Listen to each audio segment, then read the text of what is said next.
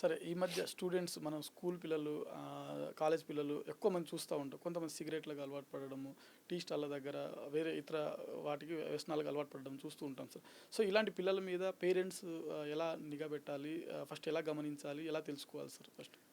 Sir ఇప్పుడు ఒక విద్యార్థి తప్పు చేస్తుంటే మనము ఎంతసేపు ఏమనుకుంటా అంటే తల్లిదండ్రులది పిల్లలు తప్పు చేస్తుంటే తల్లిదండ్రులను వాళ్ళు చూసుకోవాల్సిన విషయం ఏంటంటే సార్ ఇప్పుడు ఇవాళ ఎగ్జాంపుల్గా మనం గమనించేది ఏంటంటే సాయంత్రము 4కి ఇవాళ క్లాసెస్ అయిపోతే నేను ఇవాళ 4:30కి వస్తానమ్మా అని అంటే వాళ్ళు అసలు 4కి ఎక్కడ వెళ్తున్నావు ఓకే.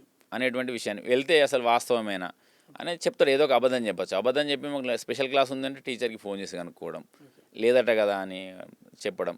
ఒకవేళ మనమే పిక్ చేసుకునేటువంటి అంటే వాళ్ళ కాలేజీ నుంచి కానీ స్కూల్ నుంచి కానీ మనం పిక్ చేసుకునేటువంటి వ్యవస్థ, లేదనుకుంటే మనం వదిలేసేటువంటి వ్యవస్థ.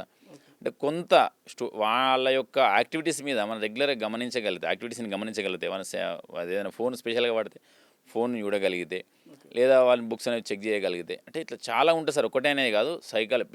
చైల్డ్ సైకాలజీని మనం తెలుసుకోవాలనుకుంటే నెంబర్ ఆఫ్ అంటే వేస్ ఉంటాయి. ఆ ఏదో ఒక వేని తల్లిదండ్రులు వాడి తెలుసుకోవచ్చు సార్. ఇంకొకటి నేను ఏమంటానంటే సార్, ప్రతి తల్లిదండ్రి ఆ స్టూడెంట్ ఏజ్ నుంచెల్లే వస్తాడు కదా, ఇది ఎందుకు మర్చిపోతున్నారు? ఓకే. ఆ ఏజ్లో ఆయన చేస్తున్నటువంటి యాక్టివిటీస్ ఎట్లుంటాయనేది వీళ్ళకి తెలిసే కదా. అవును. మరి దాన్ని మనం ఈ టైంలో చేస్తున్నటువంటి మిస్టేక్స్ ఉండొచ్చు అని మనం గమనించగలిగితే కొంత బాగానే ఉంటుంది సార్. స్వేచ్ఛ అవసరమే, నేను కట్టేసి ఉంచమని ఏమి చెప్పాను, కానీ ఆ స్వేచ్ఛ కొంచెం లిమిటేషన్స్ ఉండాలి సార్. లిమిటేషన్స్ ఉంటే బంగారు భవిష్యత్తును స్టూడెంట్స్ వాళ్ళ యొక్క చేతిలోకి తీసుకున్న వాళ్ళు అవుతారు సార్.